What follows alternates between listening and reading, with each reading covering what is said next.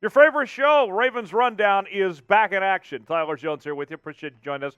On today's show, we will go over position battles surrounding your Baltimore Ravens. And I want to look at, in particular, how intriguing these things are, because we already know that the Ravens are a pretty good team. But how better can they get? Narrowing this down. Let's start with the left guard spot. And it's pretty intriguing when you look at this left guard battle between Ben Cleveland, Ben Powers, and Tyre Phillips for this position. And you have three guys competing for this spot. And not only are we looking at three guys to compete for this position, but also competing to just even make the team. Not only just to start, but also make the team at this point. And it would appear like that Ben Powers is the odd man out of the three as far as most likely to get cut. It does feel like it's Tyre Phillips' job to lose at this point, that he's the odds-on favorite to be the starter. And so it makes things interesting if you're Ben Cleveland, because yes, you would like to start, but then also you're trying to avoid getting cut at the same time too. But very intriguing to see how this all plays out at that left guard position. Now, one thing that we're doing here on Chat Sports for the month of July is the Noti Gang. We don't want you to just subscribe to the channel. We want to make sure that you have the notifications on. That way, when we have breaking news at 4 o'clock in the morning, the Ravens made some big trade or big free agency signing, you're going to be the first to know, because your phone's going to go off and you're going to say, you know what, I got to see this video because Tyler Jones is breaking this down right now. So go ahead and subscribe, turn on notifications, and if your noties are set, here's what we're going to do. Type me in the comments section. If you already have your noties set, go ahead and do that. Show yourselves. We want to hear from you, and we appreciate you for subscribing to the Rundown. Second position battle we want to look at is the number 2 tight end spot. Now, obviously, Mark Andrews is your number 1 tight end, one of the best tight ends in the National Football League. But tight end number 2 is up for grabs. And when I look at this position of this second tight end spot for the Ravens, it's pretty fascinating because there's a lot of different directions that the Ravens could go. This is the best tight end room in the league, no question about it. But if you tell me that Nick Boyle, Charlie Kolar, Isaiah Likely, any of those guys are going to be your number 2 tight end, I'd be okay with that personally. It's one of those deals where you have strength in numbers, essentially, right? Where you know you're going to be good. It's just a matter of who can edge it out. And, you know, when I look at this, for me, Charlie Kolar is the one that fascinates me. His time at Iowa State reminded me of Mark Andrews. And so if you could pair up Kolar and Andrews to do the same thing, maybe Nick Boyle is going to be your guy initially. But I think eventually this is a job by the end of the year that we're looking at Charlie Kolar in that spot. All three very talented players, but I think Charlie Kolar at the end of the day is going to be your guy. Who has the most catches of this group? This is our pinned comment today. So let me know. Nick Boyle, Charlie Kolar, Isaiah Likely. Put a name on it. Tell me one way or the other. NB for Nick Boyle, CK for Charlie Kolar, IL for Isaiah Likely. Let me know.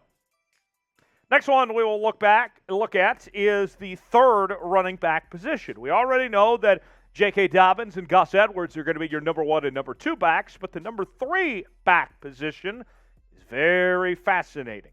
Now, Mike Davis, who the Ravens signed from the Atlanta Falcons, is holding that spot as of right now. And we heard from OTAs, from Harbaugh and company, they liked what they saw from Mike Davis. Justice Hill is another option. Not talked about a whole lot. And then there's rookie Tyler Beatty from the University of Missouri.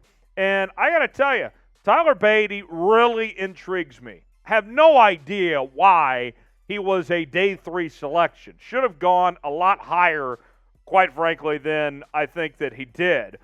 I mean, the numbers last year, 1,600 yards, 14 touchdowns. He is a little undersized at 5'8", 194, but I think he could be a really good option as your number 3 back. Be intriguing to see if he can find his way into that active roster when the season begins. I don't think it's the end of the world if he ends up on your practice squad, quite frankly, but I do think eventually we will see him as this number 3 back. Whether an injury or something happens, I'm very intrigued to see what Tyler can do if he gets the opportunity at that number 3 running back position. Let's move on to our 4th battle to watch, and that is for the wide receiver number 2 position. And this one, folks, is very, very interesting. I said it once. I'll say it again. Tylan Wallace is going to have a breakout season in 2022. Now, the Ravens have a lot of question marks at this wide receiver position, and rightfully so. Rashod Bateman's going to be your number 1 guy, former first-round pick, but then beyond that, there's not a whole lot of experience. Tylan Wallace hasn't been able to stay healthy. James Proche, still some questions about. Devin Duvernay, some questions about as well. For me, Tylan Wallace, if he stays healthy, has a high ceiling and high potential and can be a really good possession receiver as your number 2. It's for me, when I look at Tylan Wallace, it simply comes down to himself. Can he beat himself? Can he stay out there and stay healthy? If Tylan Wallace can do that, control what he can control, he's going to be my number 2 receiver for this Ravens team. I really do think so. Now, how about you, though? Here's your chance to be the judge. If you had to rank the Ravens' top 4 wide receivers, you're going to go with Rashod Bateman, number 1. That's clear. But if you had to go beyond that, 2, 3, and 4, how would you do it? Let me know. Let me know in the comment section below. Personally, for me, I would go of how I think this is going to play out when it's all said and done. Number 1, Rashod Bateman. Tylan Wallace, number 2.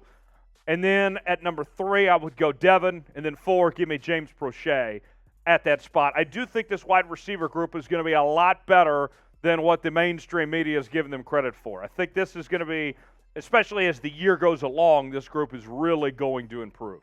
Let's go ahead and look at our 5th position battle. That is the middle linebacker spot. And there are 2 options for the Ravens at the middle linebacker spot. That includes Josh Bynes as well as Malik Harrison. And for me, you look at the Ravens defense.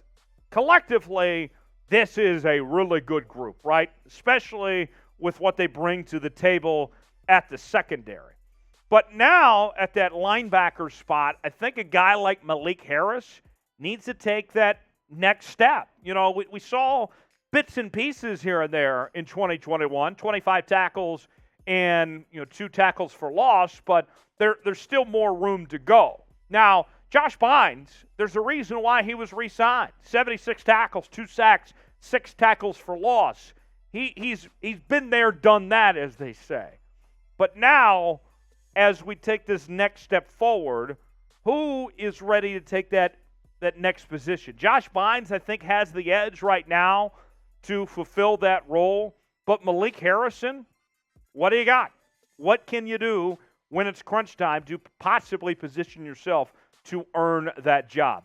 Last one on the position battle list, that is the nickel cornerback spot.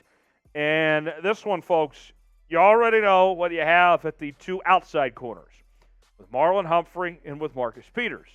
You brought in Kyle Fuller for a reason, right?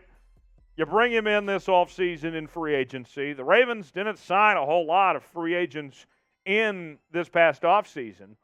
I like Fuller, but I don't know necessarily about him in the slot. For me, where I see this ultimately playing out for Kyle Fuller, look, you've had injuries with both these corners, with Marlon Humphrey and Marcus Peters in the past. I think Kyle Fuller, when his name is called upon, which feels like it's not a matter of if, but when that time comes, that we are going to see Kyle Fuller slide into one of those outside corner spots when an injury happens. That's where I feel more suited for Kyle Fuller as your backup outside corner. Brandon Stevens is a name to keep an eye on. John Harbaugh likes him a lot. He could be more suited for that nickel cornerback role as far as I'm concerned. But there you have it. That is a look at the key position battle for your Baltimore Ravens. 6 positions. Going to be very intriguing as we count you down to training camp here on the Rundown. If you made it to the end of today's video, you're a real one. We love you. We appreciate you. Type flock, and we'll see you next time here in Ravens Rundown.